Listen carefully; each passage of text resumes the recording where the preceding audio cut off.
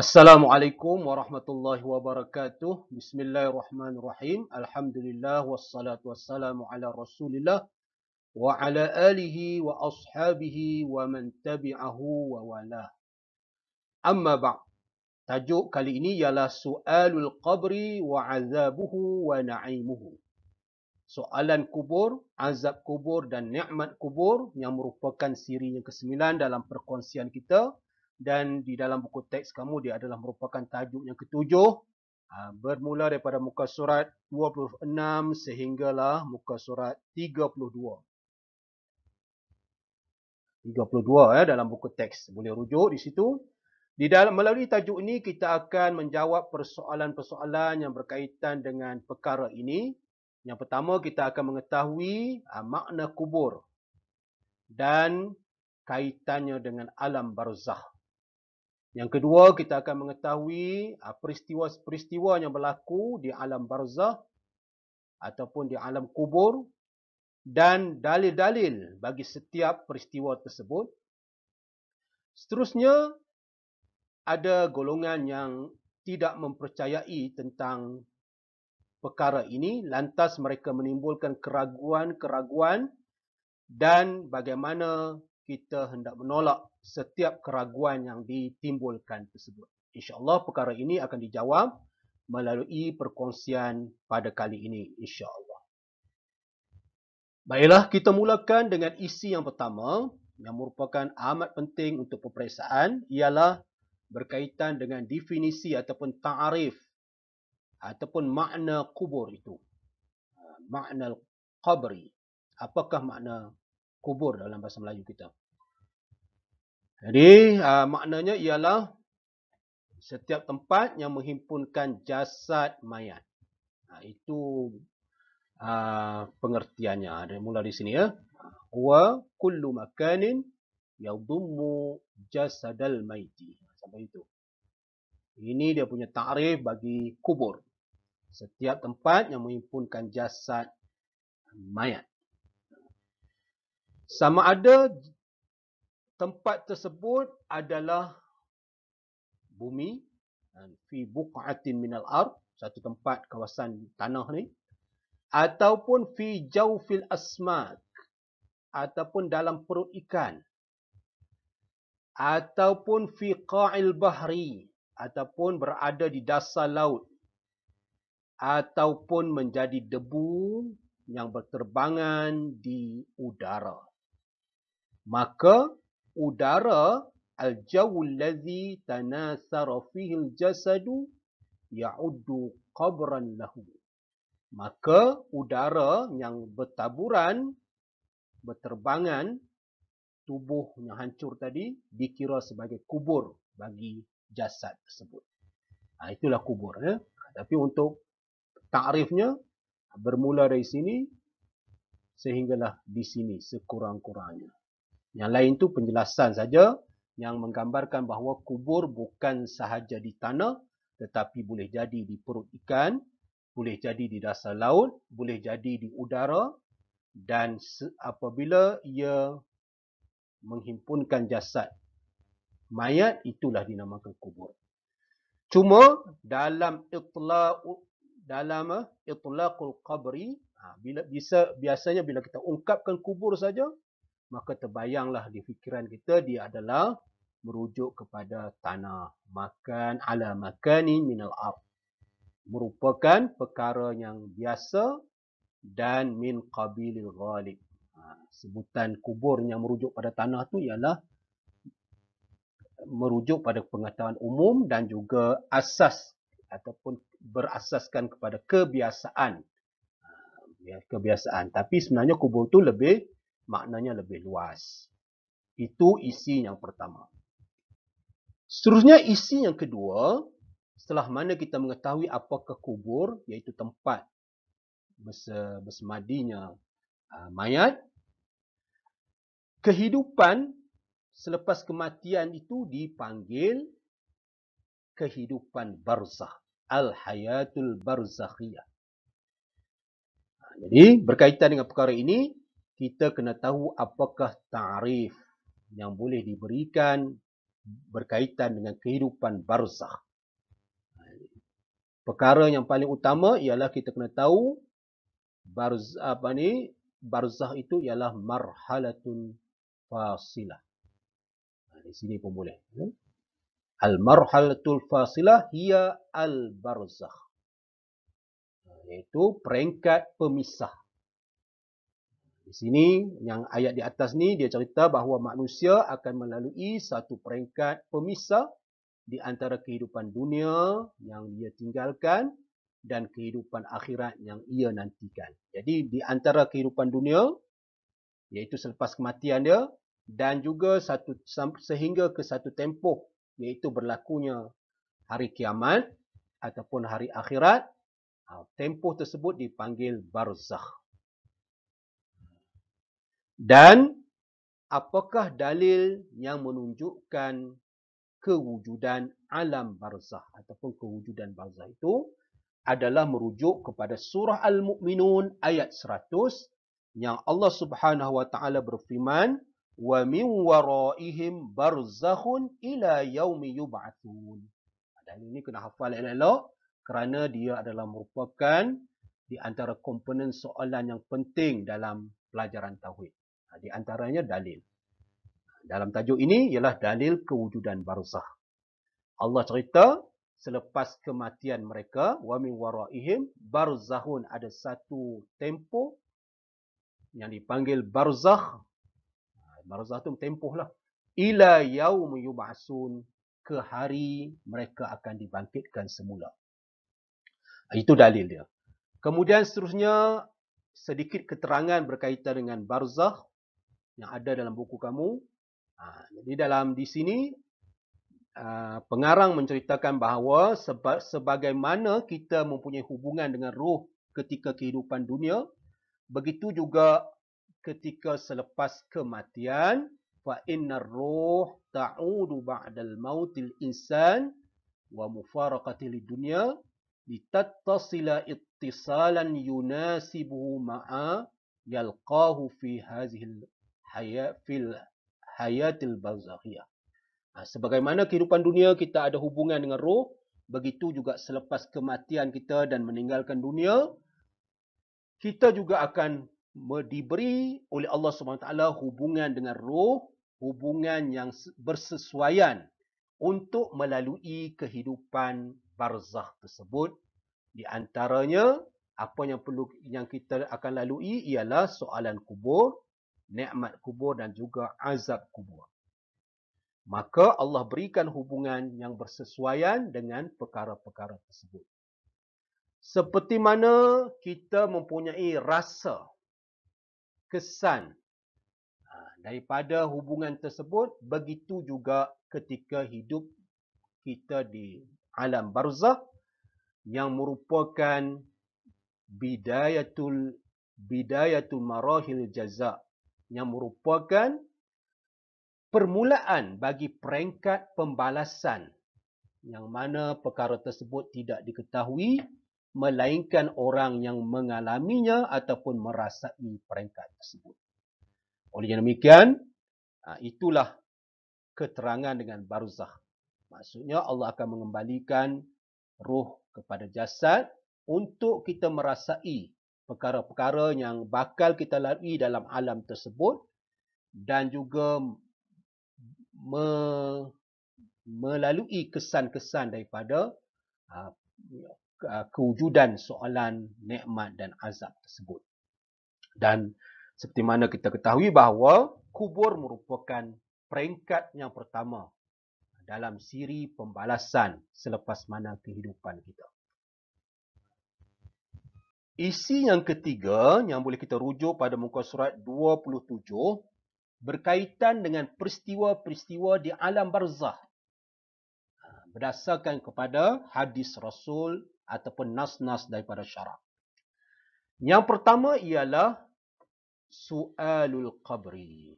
Ini adalah peristiwa yang bakal kita lalui di alam barzakh, iaitu soalan kubur. Soalan kubur ni, apakah yang berlaku apabila dikubur? Soalan mungkin dia akan ajukan kepada kita. apakah yang berlaku kepada mayat apabila setelah mana dia memasuki alam kubur? Jawapannya ialah atahu malakani. Akan datang kepadanya, apa yang masuk kubur akan datang dua malaikat yang salah satu daripada keduanya bernama salah satu Munkar dan satu lagi seorang lagi nama dia Nakir. Itulah perkara yang akan berlaku dan mereka akan mengembalikan roh kepada jasad agar si mayat tadi dapat melalui dan merasai peristiwa-peristiwa alam kubur seperti mana yang disebut di dalam syarak ataupun Al-Quran dan juga hadis. Itu yang berlaku dalam kubur. Yang penting itu iaitu datangnya dua malaikat, Munkar dan Nakir. Apa yang mereka buat ialah mengembalikan roh dan agar si mayat itu dapat melalui dan merasai apa-apa peristiwa yang sepatutnya mereka lalui. Seterusnya, oleh kerana kita sekarang membaca tentang soalan kubur, perkara yang utama juga kita mengetahui ialah dalil kewujudan soalan kubur. Apakah dalil yang menunjukkan bahawa soalan dalam kubur ni memang wujud? Itu berdasarkan kepada hadis yang diriwayatkan oleh Bukhari dan Muslim dan juga hadis yang diriwayatkan oleh Bukhari sahaja. Ada dua hadis di situ. Hadis yang pertama cerita secara detail yang mana yang menjadi fokus kita atahu malakani. Kemudian malaikat tersebut bertanya tentang Nabi Muhammad. Itu yang pertama. Kemudian hadis yang kedua, cerita yang lebih kurang sama juga, iaitu malaikat akan mendudukkan seorang mukmin dalam kuburnya, kemudian dia akan mengucapkan kalimah syahadah seperti mana yang disebut dalam Al-Quran, yusabbitullahu allazina amanu biqaulis tsabit. Kemudian mungkin soalan dia akan tanya, apakah soalan yang dikemukakan oleh malaikat?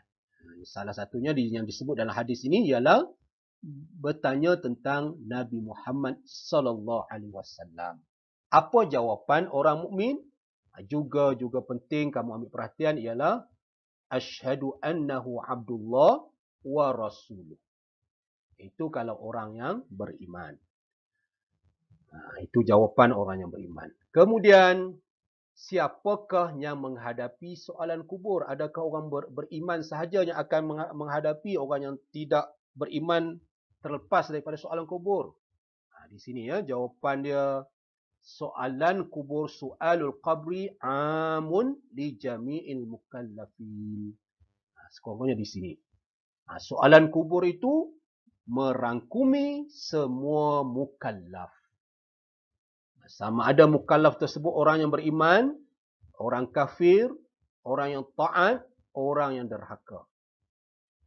Tidak ada li'annahu laisa hunaka dalilun bitakhsisihi bifariqin duna akhar. Kerana tidak ada satu dalil pun yang mengkhususkan sekumpulan tanpa melibatkan kumpulan yang lain. Ini menunjukkan bahawa semua orang mukallaf termasuk dalam peristiwa ini, iaitu soalan di dalam kubur. Semua bakal melalui dan bakal menghadapi. Kalau yang hidup sekarang lah, yang tengah mati, yang telah mati, mereka dah lalui perkara tersebut. Seterusnya dalam muka surat 28, di sini lebih khusus kaifiyatus soal, membincangkan tentang bentuk soalan. Apa yang soalan malaikat yang berlaku dalam kubur. Jadi di sini dia cerita soalul malakain anil umuril amah. Soalan dua malaikat tersebut adalah berkaitan dengan perkara-perkara umum. Apa yang dia akan tanya, seperti mana yang disebut dalam hadis, ialah an rabbihi, tentang Allah, tentang Tuhan si mati, Allah, kemudian tentang agamanya dan tentang Nabi yang diutuskan kepadanya. Kalau umat Nabi Muhammad, tentang Nabi Muhammad. Begitu juga semuanya ditanya tentang 3 perkara ini, tentang Allah, tentang agama dan tentang Nabi yang diutuskan kepadanya. Kemudian, apakah dalilnya menunjukkan bahawa 3 perkara ini yang ditanya oleh malaikat secara umumnya? Ini berdasarkan kepada hadis yang diriwayatkan oleh Daud dan juga An-Nasai dan Ibnu Majah dan juga surah Ibrahim ayat 27. Allah di dalam hadis tersebut, di sini ya, Allah Rasulullah ceritakan bahawa apabila mati seorang itu akan ditanya mar rabbuk, siapa Tuhan kamu, wa ma dinuk, dan juga apakah agama kamu, maka akan dijawab Rabbi Allah wa dini al-Islam. Kemudian ada soalan selanjutnya, ma taqulu fi hadzal rajuli allazi bu'itsa fikum. Ini soalan yang ketiga. Rasulullah cerita kat para sahabat bahawasanya jenazah tu menjawab Rasulullah sallallahu alaihi wasallam. Siapakah lelaki tersebut? Ialah Rasulullah sallallahu alaihi wasallam. Hadis ini bertepatan dengan firman Allah Ta'ala, yusabbitullahu allazina amanu biqaulis sabit. Allah tetapkan bagi orang yang beriman dengan kata-katanya tetap, iaitu kalimat tauhid, la ilaha illallah Muhammadur Rasulullah. Seperti mana di dunia mereka mengungkapkan kata-kata tersebut, begitu juga sesudah kematian mereka dan juga melalui soalan kubur. Jawapan ungkapan mereka tetap sama, iaitu mereka mengucap 2 kalimah syahadah, asyhadu an la ilaha illallah wa anna Muhammadar Rasulullah. Dan seterusnya berkait manakala soalan yang terperinci, tafasilus soal, soalan terperinci akan ditanya di hari kiamat nanti, iaitu di waktu hisab dan sebagainya. Cuma di alam kubur ni soalannya adalah umum yang berkaitan asas 3 perkara, iaitu 3 berkaitan dengan Allah, agama dan juga Nabi yang diutuskan. Baiklah, peristiwa yang pertama kita dah lalui, iaitu soalan kubur. Kita masuk pula peristiwa yang seterusnya, ialah azabul qabri wa na'imuhu. Ini merupakan isi yang ketiga. Masih lagi isi yang ketiga, iaitu berkaitan dengan peristiwa-peristiwa di alam barzakh. Kita boleh rujuk muka surat 29, iaitu berkaitan dengan azab kubur dan nikmat kubur. Apakah yang berlaku setelah mana selesai soalan kubur? Bila dah selesai soalan, yang bermulalah bada'at nataiju ijabatihi an su'alihima. Maka bermulalah kesan daripada jawapan daripada soalan 2 malaikat tersebut. Sama ada kesannya berbentuk azab ataupun kesannya berbentuk nikmat. Jadi di sini ada 2 golongan. Sesiapa yang mampu menjawab dengan jawapan yang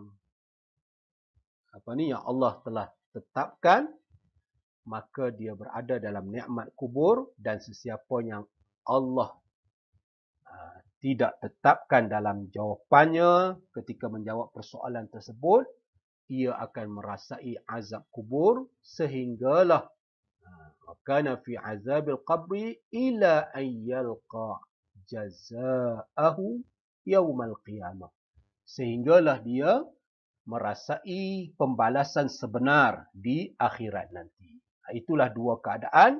selepas selesainya soalan ke atas mayat. Selepas soalan, dia akan ada kesan daripada soalan tu, sama ada jawapan yang dikehendaki oleh Allah, dia akan mendapat nikmat. Kalau di sebaliknya, mereka akan mendapat azab daripada Allah. Na'udzubillah.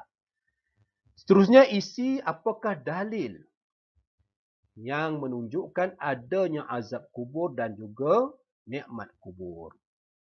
Kalau dalam buku kamu, dia bagi banyak ayat-ayat yang berkaitan dengan perkara tersebut. Kamu boleh pilih mana-mana yang bersesuaian, yang mudah kamu hafal untuk dijadikan hafalan dan juga pegangan kamu. Di sini saya memilih ayat daripada surah Ghafir ayat 46. Yang menceritakan tentang Fir'aun. Allah berfirman dalam Quran, "An-naru yu'raduna 'alaiha ghuduwan wa 'ashiyya wa yawma taqumus sa'atu adkhilu ala fir'auna asyaddal 'adzab." Pendek ayat ini di dalam kemampuan kamu untuk menghafalnya. Jadi dalam ayat ini Allah menyebut waktu pagi dan waktu petang. Ghuduwan wa 'ashiyya. Kemudian Allah ikuti dengan hari kiamat. Allah kata, masuklah wahai keluarga Fir'aun untuk merasai azab yang lebih dahsyat. Ada dua perkara di sini. Oleh sebab itu, para ulama mengatakan bahawa yang pertama ini adalah merujuk kepada azab kubur. Azab kubur sebab berkaitan dengan pembalasan akhirat disebut selepas tu.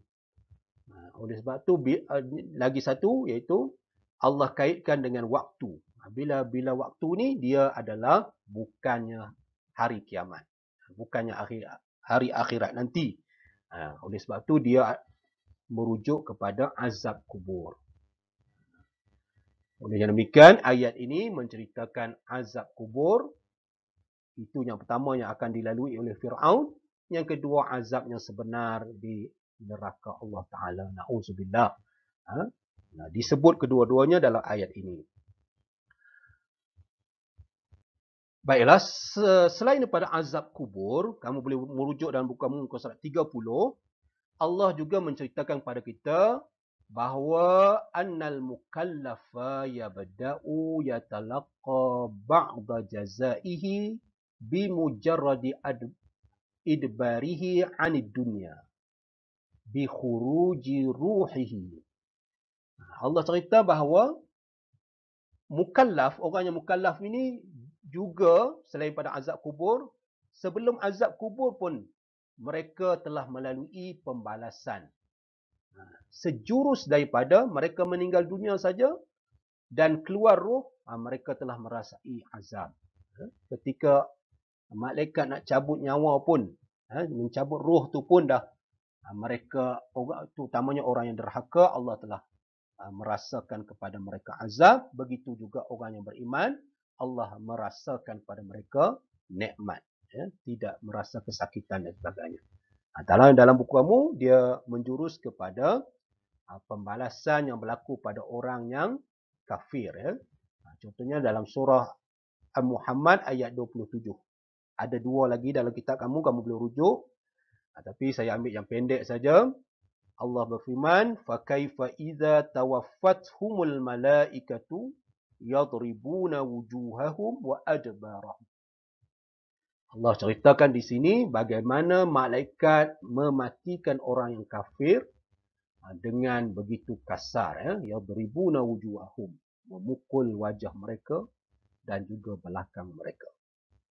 Itu bukan saja azab kubur, tetapi ada selepas sejurus saja kematian, mereka juga telah merasai azab bagi orang yang kafir. Begitu juga sebaliknya bagi orang yang beriman. Seterusnya kita lihat dalil pula azab kubur dan nikmat kubur yang disebut oleh hadis. Yang lalu ialah yang disebut oleh Al-Quran. Jadi dalam hadis ni ada 3 dalam buku kamu yang disebut dalam hadis muka surat 31. Ada 3 hadis di situ. Yang pertama, Rasulullah sendiri berdoa agar dijauhi dengan azab kubur. Jadi oleh kerana Rasulullah berdoa dilindungi daripada azab kubur, itu menunjukkan bahawa azab kubur memang wujud. Begitu juga peristiwa yang mana Rasulullah melalui 2 kubur. Lantas Rasulullah kata, innahuma la yu'azziban. Kedua-duanya sedang diazab. Itu menunjukkan bahawa azab kubur memang wujud. Seorang diazab kerana adu domba bin namimah. Seorang lagi diazab sebab tidak berlindung ataupun tidak menutup aurat ketika kencing di tempat yang awam. Ataupun ada juga hadis yang mengatakan bahawa mereka yang tidak melawaskan kencing mereka, tidak tus kencing, tidak habiskan kencing, juga merupakan sebab kepada siksaan kubur. Cuma fokus kita di situ ialah innahuma la yu'azziban. Rasulullah sebut secara nyata bahawa mereka kedua-duanya sedang diazab. Ini menunjukkan bahawa wujudnya azab kubur. Begitu juga Rasulullah menyatakan bahawa kubur boleh jadi merupakan taman daripada taman syurga ataupun lubang daripada lubang-lubang neraka. Boleh jadi. Jadi kamu hafallah salah satu daripada hadis ni sebagai dalil tentang wujudnya azab kubur. Begitu juga sandaran kepada kewujudan azab kubur ini ialah waqad ajma'as salafu. Telah sepakat ulama salaf, iaitu ulama 300 tahun yang awal tu, sebelum munculnya golongan yang al-mukhalif, yang memungkiri, yang tidak mempercayai kewujudan azab kubur. Sebenarnya telah pun disepakati tentang wujudnya azab kubur. Jadi ada 3 sumber dalil kita, iaitu Al-Quran, hadis dan juga ijma' para ulama tentang tentang peristiwa-peristiwa dalam kubur. Seterusnya, isu yang keempat ialah berkaitan dengan golongan yang tidak mempercayai nikmat kubur dan azab kubur. Al-munkirun li na'imil qabri wa azabihi. Ini muka surat 31. Golongan ni, oleh kerana mereka tidak mempercayai, mereka menimbulkan keraguan yang mencuba mengganggu-gugat apa yang telah dinyatakan oleh Allah dan juga Rasulnya. Mereka tidak ada dalil pun. Tengok di sini. La yastanidu al-munkirun lil-azabil qabri wa nabi ila adillatin. Mereka tidak ada sandaran pun, dalil. Bahkan mereka hanyalah didorong dengan pemikiran mereka saja, dan juga bahawa anna uqulahum lam tattasi' lima asbatahu Allah wa rasul. Akal mereka tidak boleh mencapai apa yang telah disabitkan oleh Allah dan juga Rasulnya. Jadi pegangan mereka hanyalah kepada logik semata-mata, akal mereka. Berikutan daripada itu, mereka berpendapat, kenapa mereka kata azab kubur ni tak ada? Sebab apa yang penglihatan mereka ialah mayat itu adalah kaku. Dan tidak didapat, bila mayat tu tengok, pada mayat tu tidak ada pun kesan-kesan nikmat ataupun kesan-kesan azab. Begitu juga sama ada orang yang dibunuh, disalib, tidak ada kesan. Tak nampak pun dia meronta ke kalau diazab, ataupun tersenyum ke kalau diberi nikmat. Tidak ada pada pandangan mereka perkara itu berlaku. Dan juga keraguan lain yang mereka timbulkan, bagaimana boleh dikumpulkan cebisan-cebisan jasad yang contohnya hancur di udara untuk diberikan nikmat dan diberikan azab. Itu keraguan. Maknanya ada 3 keraguan lah yang ditimbulkan. Yang pertama, dia tak nampak pun. Yang pertama, mayat tu kaku. Yang kedua, tak nampak apa-apa pun kesan. Nampak mengelupur ke, nampak tersenyum ke. Dan juga yang ketiga, jikalau mayat itu telah pun hancur, bertaburan, contohnya di udara, maka macam mana boleh berlaku nikmat dan azab kubur? Dan juga selain daripada perkara-perkara tersebut, daripada keraguan-keraguan yang mereka timbulkan, yang mana keraguan tersebut adalah asasnya kerana jauh istibad, kerana jauh daripada akal mereka. Sebab akal mereka tidak boleh mencapai perkara tersebut. Dan perkara ini sebenarnya telah dirakamkan oleh Allah Subhanahu Taala. Kata-kata mereka ini adalah sama saja. Seperti mana dalam surah Al-Qaf ayat 3, Allah berfirman, "Aiza mitna wa kunna turaban, zalika raj'un ba'id." Macam mana boleh berlaku dikembalikan semula sedangkan kami telah pun menjadi tanah, lebur, lenyap di dalam tanah. Itulah keraguan-keraguan yang berlangsung sehingga ke hari ini yang dirakamkan dalam Al-Quran, dan asas mereka hanyalah logik dan juga istibdaan. Maksudnya akal mereka tidak boleh menerima perkara tersebut. Oleh kerana keraguan tersebut, maka isi yang kelima ini adalah jawapan terhadap keraguan yang ditimbulkan. Apakah jawapan ini amat penting? Dia ada 8 semua yang dinyatakan dalam buku kamu ni, muka surat 32. Jawapan yang pertama, azab kubur, nikmat kubur, semua tu adalah perkara yang mungkin. Perkara yang mungkinah. Min umuril mumkinatil aqlan. Perkara yang mungkin. Perkara yang harus berlaku dari sudut akal. Perkara itu boleh berlaku.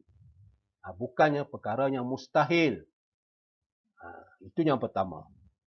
Yang kedua, perkara tersebut telah dinyatakan oleh Al-Quran. Ni, waqad akhbara bihal Quran was sunnah, dan juga disepakati oleh salaful ummah. Para ulama ataupun para ulama salaf 300 tahun yang pertama tu, sebelum munculnya orang yang menyanggah tentang kewujudan peristiwa tersebut. Kemudian hujah mereka yang mengatakan perkara peristiwa-peristiwa itu adalah jauh daripada akal. Di sini istibda'an. Walau kana mujarradul istib'adi syai'i sababan fi inkarihi. Mereka berhujah bahawa perkara itu adalah perkara yang pelik. Akal tak boleh terima berlakunya. Tapi kita jawab bahawa banyak perkara yang pelik yang sebelum ini akal kita tak boleh terima, tapi dah pun berlaku sekarang. Di antaranya apa? Seperti wasailil ittisal wal naqlil hadisah. Seperti alat-alat komunikasi. Yang dulu tak boleh bayang orang yang jauh dapat berhubung dengan orang yang jaraknya begitu jauh. Tapi dengan alat komunikasi sekarang, orang yang jauh seolah-olah dekat. Yang zaman dulu beranggapan itu adalah merupakan yang istibad, perkara yang pelik ataupun tidak logik. Begitu juga alat pengangkutan, kenderaan yang moden sekarang ini, yang merentasi jarak yang begitu jauh dalam tempoh yang singkat. Yang pada dahulunya akal kita rasa pelik, istibad. Tetapi faqad asbahat minal ma'lufat. Tetapi sekarang telah menjadi perkara yang biasa dan diterima oleh akal. Itu hujah yang kuat. Seterusnya, hujah yang seterusnya ialah umpama orang yang mimpi. Yang hampir juga keboleh berlakunya azab kubur dan nikmat kubur ni seperti mana berlakunya pada orang yang bermimpi. Seperti mana orang yang sedang tidur, dia bermimpi qad yata'allam au yatalazzaz. Orang yang bermimpi, dalam mimpinya kadang-kadang dia rasa kesakitan dan begitu juga dalam mimpi dia rasa nikmat. Semua tu berlaku tanpa disedari oleh orang yang ada di sekitar orang yang tidur tadi. Begitu juga orang yang telah mati, apa yang berlaku di dalamnya, walaupun kita tak saksikan, dia meronta ke, tersenyum gelak ke dan sebagainya, tetapi sebenarnya dia sedang mengalami peristiwa tersebut tanpa disedari oleh orang lain. Begitu juga perkara ini dikuatkan juga seperti berlaku kepada Nabi ketika turunnya wahyu. Ataupun ketika dia baginda Rasul sallallahu alaihi wasallam berinteraksi dengan para malaikat. Ianya berlaku tanpa disedari oleh para sahabat yang ada di sekelilingnya. Wahyu turun tanpa disedari. Begitu juga azab kubur, walaupun panca indera kita tak dapat melihat perkara tersebut, tapi ianya tetap berlaku. Itulah logiknya. Seterusnya, perkara itu adalah mudah bagi Allah. Perkara itu falaisa asiran 'ala Allah jalla wa ala. Tidaklah perkara berlakunya peristiwa-peristiwa dalam kubur itu bukanlah perkara yang payah bagi Allah. Sebab yang lebih payah daripada itu pun Allah boleh wujudkan, apatah lagi yang berkaitan dengan remeh-remeh yang berkaitan dalam alam kubur tersebut. Itu hujahnya.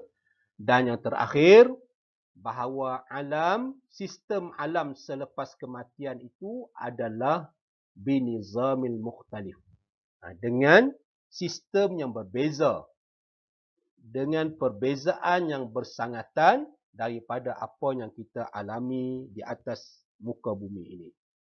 Berbeza daripada nizam ataupun sistem di alam yang nyata bagi kita. Itulah 8 hujah untuk menolak keraguan daripada golongan-golongan yang tidak mempercayai azab kubur, nikmat kubur dan juga soalan dalam kubur. Wallahu a'lam.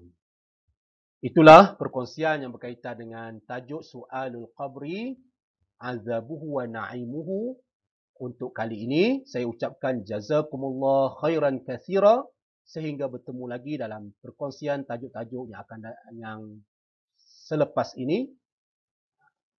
Teruskan menghafal, membuat nota dan mengingati isi-isi penting di dalam semua tajuk yang menjadi sukatan kamu. Semoga bermanfaat. Assalamualaikum warahmatullahi wabarakatuh.